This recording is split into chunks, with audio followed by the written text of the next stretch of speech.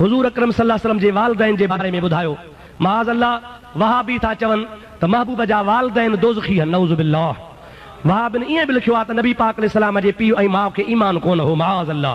नबी पाक फरमाइनि था मुंहिंजा अबो अम्मा अॻियनि नबियनि जे ईमान ते हुआ, मां अञा नबूअत जो ऐलान कोन कयो त अॻे गुज़ारे विया हा, पर वरी अलाह खे चयमि मुंहिंजा मौला मुंहिंजे अबे अम्मा खे मुंहिंजी शरीयत बि त नसीब कर। रब फरमायो मुंहिंजा मिठड़ा पंहिंजे पीउ माउ जी क़ब्र ते वञणु तुंहिंजो कमु आहे, जेरो करणु मुंहिंजो कमु आहे। सरकार फरमाइनि था मां अबे अम्मा जे क़ब्र ते आयुसि, ॿिन्ही खे ख़ुदा जेरो कयो, ॿाहिरि निकिरी चयो ला इलाहा इल्लल्लाह मुहम्मदुर रसूलुल्लाह। अॻियनि नबियनि जे बि दीन ते हा, पर मां मुहम्मद जे शरीयत ते बि आहियां। हिकु ज़रूरी 10 दफ़ा सुवाल पुछा अथव, तव्हां महिरबानी करे पंहिंजी सवानह उमिरि ॿुधायो।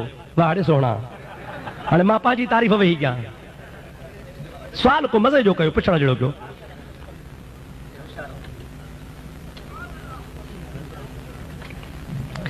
मुंहिंजा प्यारा दोस्त, चए थो त लाड़काणे में हिकिड़ो महीनो हिकिड़े मुला तकीर कई, चई त माण्हू सलाम पढ़ंदा मुस्तफ़ा जा यार रहमत पे लाखूं सलाम। इहो छा? इहो सलाम त मैदान इंडिया जो आहे।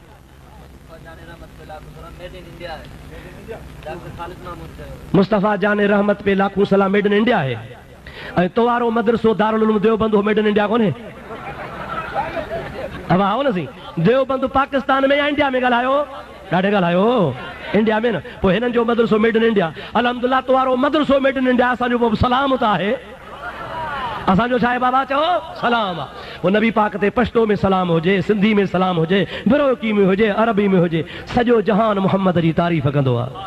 हिन मुला खे त क़दुरु ई कोन्हे बा, हे तूं जो चो मेड इन लाड़काणो आहे, पोइ तोखे छा कयो? कुल्ला अक़ूलु लकुम इंदी ख़ज़ाइनुल्लाह वला आलमुल ग़ैब। इन आयत जो तर्जुमो करे ॿुधायो। इन जो तर्जुमो इहो आहे त नबी से फरमाइनि था मां दावा कोन थो कयां, तव्हांखे चवां त कोन थो त को मां वटि ग़ैब जो इल्मु आहे, मां कोन थो चवां, पर मुंहिंजो रब थो चए त मुहम्मद खे ग़ैब जो इल्मु आहे। अबा केरु थो चवे? चओ रब थो चए।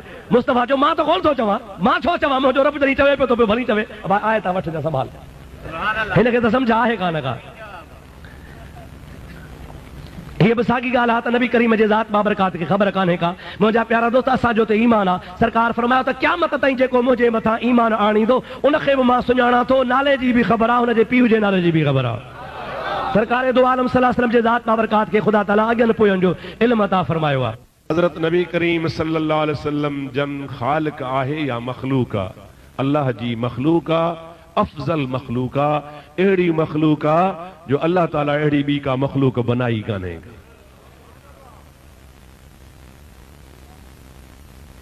हिकिड़ो माण्हू आहे जेको ॿियनि मुस्लमान खे काफ़र थो चवे, छा उन जे पुठियां नमाज़ पढ़बी?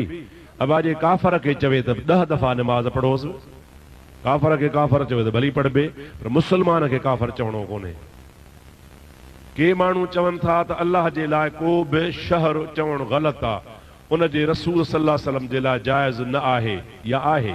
बाबा शहर मजा मुराद आहे हंध जाइ, अल्लाह ताला हंध खां जाइ खां पाक